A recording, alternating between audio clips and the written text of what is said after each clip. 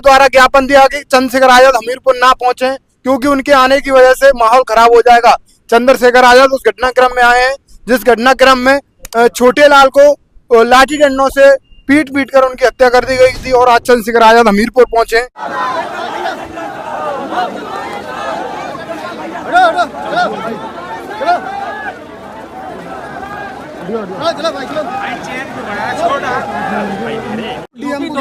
आप माहौल खराब कर सकते हैं। अब माहौल तो जो लोग हमारे लोगों की हत्या कर रहे हैं, माहौल वो खराब कर रहे हैं। जो न्याय की लड़ाई लड़ रहे हैं वो खराब कर रहे हैं। जिनको ये भय है कि चंद्रशेखर के आने से न्याय की में जो रुकावट है वो खत्म हो जाएगी, न्याय आसान हो जाएगा, वही लोग इस तरह ज्ञापन दे रहे हैं। हत्या उनको चाहिए कि गरीबों की हत्या बंद करे, वरना आने वाले कल में प्रधान भी उनका नहीं बनेगा। विधायक बनने के सपने तो छोड़ दें।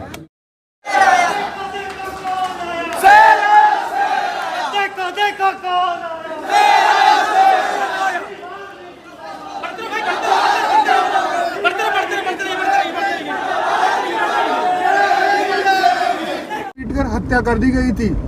काफी ज्यादा दयनीय घटना है और चंद्रशेखर आजाद उस परिवार से मिलने पहुंच रहे हैं और तमाम लोगों द्वारा ये प्रयास किया गया कि चंद्रशेखर आजाद हमीरपुर ना है, पर चंद्रशेखर आजाद आ रहे हैं। वो देखिए किस तरीके से पुलिस बल है, इधर पुलिस बल दिखाइए और एक बड़ा पुलिस बल है और चंद्रशेखर आजाद को कड़ी सुरक्षा दे रहा है और चंद्रशेखर आजाद हमीरपुर के गांव पतारा गांव पहुंच रहे हैं। अब देखने को होगा कि चंद्रशेखर आजाद क्या कुछ आज फैसले लेंगे और राजपूत समाज ने आखिर क्यों रोकने का प्रयास किया गया, ये भी फिलहाल देखने होगा। चंद्रशेखर आजाद हमीरपुर में चल रहे हैं।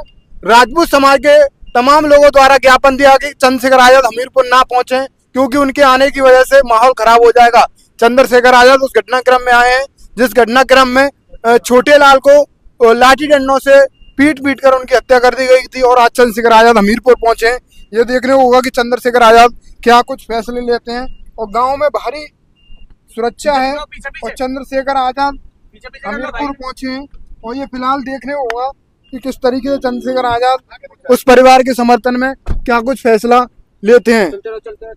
ये देखिए किस तरीके से बड़ा सुरक्षा बल है और चंद्रशेखर आजाद बड़े दल बल के साथ यहाँ पहुंच रहे हैं और जिसकी सीधी तस्वीरें मैं आपको दिखा रहा हूँ।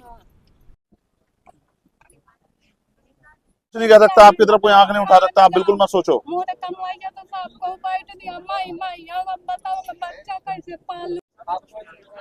ये तुम्हारे वाले कागज हैं, ये लो, कोई कुछ भी हो जाए तो मुझे बताना। हैं? दे दिया हमने, इसे कागज दे दिए। क्या कह रही हो? इनका कुछ सुनाई है ना? किनकी है? जेल है, सब सजा होगी, सबको सबको सजा होगी, कोई नहीं बचेगा। हम लोग को भी काम करना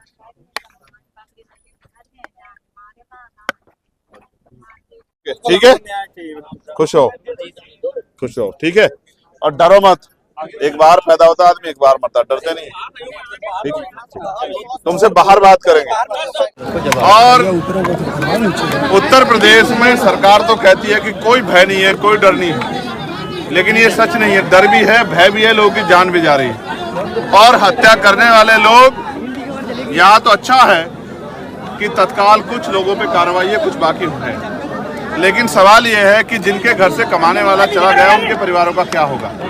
तो ये घटना बहुत दर्दनाक है। मैं छोटे लाल प्रजापति जी को पहले तो अपनी संवेदना उनके परिवार के प्रति प्रकट करता हूं और फिर मैं उनके परिवार को विश्वास दिलाता हूं कि किसी भी तरह का हित जो है उनके परिवार का नहीं होने दिया जाएगा। मैंने यहाँ के अधिकारियों से बात की है, एक अस्थायी चौकी यहाँ बन रही है और उस अस्थायी चौकी पे जो ड्यूटी जो जिन लोगों की लगी है वो परमानेंट होनी चाहिए। यहाँ उस तरह से रूट जो है इस पे गश्त होना चाहिए और उनको जो है परिवार को मैंने मांग भी की है कि उस परिवार को जमीन की व्यवस्था कराएं और रोजगार की एक नौकरी की व्यवस्था उस परिवार के लिए कराएं, जिससे वो परिवार आगे बढ़ सके। यूपी में कानून व्यवस्था को किस नजर से देखते हैं? ये आपके सामने ही हम यहाँ कानून व्यवस्था की जो खामियां है उसी को गिराने के लिए खड़े हैं। और उत्तर प्रदेश में वैसे तो सबका साथ सबके विकास की सरकार में सब कुछ बदल गया है, लेकिन ये घर का रास्ता और इस घर के हाल देख के आप बता सकते हैं कि प्रधानमंत्री जी ने योजनाएं चलाई हैं, चाहे वो प्रधानमंत्री आवास योजना हो या कोई और योजना, उनका लाभ जो है वो गरीबों तक नहीं पहुंच रहा है। उनका लाभ तो सरकार से जुड़े लोगों तक ही, जिनपे खुद के मकान है, उन्हीं तक शामिल हो गया है। ये 3.5 फीट का रास्ता है, कमर मुड़ जाएगी जब आप अंदर घुसेंगे। आज पिछड़े दलित वर्ग के लोगों को इन्हीं घरों में रह के अपना जीवन यापन कर रहा है और इनके हालात ऐसी है कि ये कभी भी गिर सकते हैं। तो हमारी जिंदगी जितनी खराब उत्तर प्रदेश में है, शायद ही किसी प्रदेश में हो, लेकिन सरकार सुनने को राजी नहीं है। मुझे उम्मीद है कि मीडिया के माध्यम से मुख्यमंत्री का ध्यान हमीरपुर की तरफ जाएगा और हमीरपुर के लोगों के लिए बुनियादी व्यवस्थाएं होंगी और सरकारी योजनाओं का लाभ इन तक पहुंचेगा।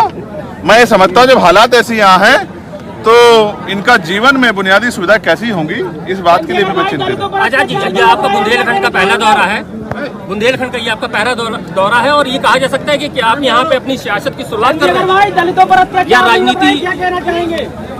मैं आपसे ये स्पष्ट कहूँगा, कई बार जो है संघर्ष शुरुआती दौर में दिखता नहीं। मेरी जड़ें भीम आर्मी आजाद समाज पार्टी की जड़ें इस बुंदेलखंड में भी उतनी गहरी हैं जितनी पश्चिम में, और आने वाले कल में मैं इसका उदाहरण वोट की चोट से दूंगा। लेकिन आज मैं आपके माध्यम से कहना चाहता हूं कि सरकार सचेत रहे। अगर गरीबों पे, दलितों पे, पिछड़ों पे, मुसलमानों पे, अन्य धार्मिक अल्पसंख्यकों पे या किसी भी बहन बेटी पे अत्याचार होगा तो हम लोग चुप नहीं रहेंगे, हम लोग संघर्ष करेंगे और सरकार से उनके अधिकार उन तक पहुंचाने के लिए हमारा संघर्ष जारी रहेगा जब तक उन गरीबों को न्याय नहीं मिलेगा। हमीरपुर डीएम को ज्ञापन दिया कि आप माहौल खराब कर सकते हैं। अब माहौल तो जो लोग हमारे लोगों की हत्या कर रहे हैं, माहौल वो खराब कर रहे हैं, जो न्याय की लड़ाई लड़ रहे हैं वो खराब कर रहे हैं। जिनको ये भय है कि चंद्रशेखर के आने से न्याय की में जो रुकावट है वो खत्म हो जाएगी, न्याय आसान हो जाएगा, वही लोग इस तरह ज्ञापन दे रहे हैं। हत्या उनको चाहिए कि गरीबों की हत्या बंद करे, वरना आने वाले कल में प्रधान भी उनका नहीं बनेगा, विधायक बनने के सपने तो छोड़ दें।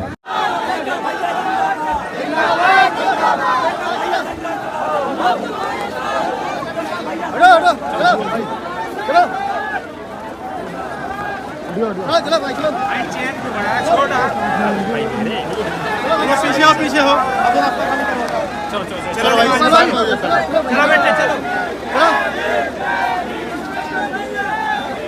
चलो बेटे चलो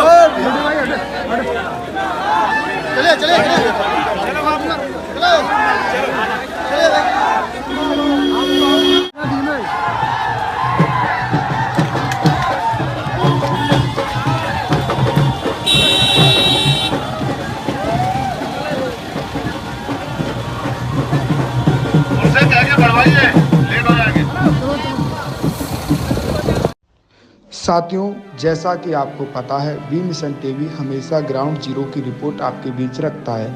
अगर आपको हमारा काम पसंद आता है तो बी मिशन टीवी को आर्थिक मदद करें, जिससे कि हम यूं ही निरंतर ग्राउंड लेवल पर काम करते रहें। स्क्रीन पर दिख रहे QR कोड को स्कैन करें और अपने दान की राशि बी मिशन टीवी के खाते में भेजें। QR कोड के अलावा आप हमारी UPI ID bmissiontv@ybl पर भी मदद भेज सकते हैं। जय भीम।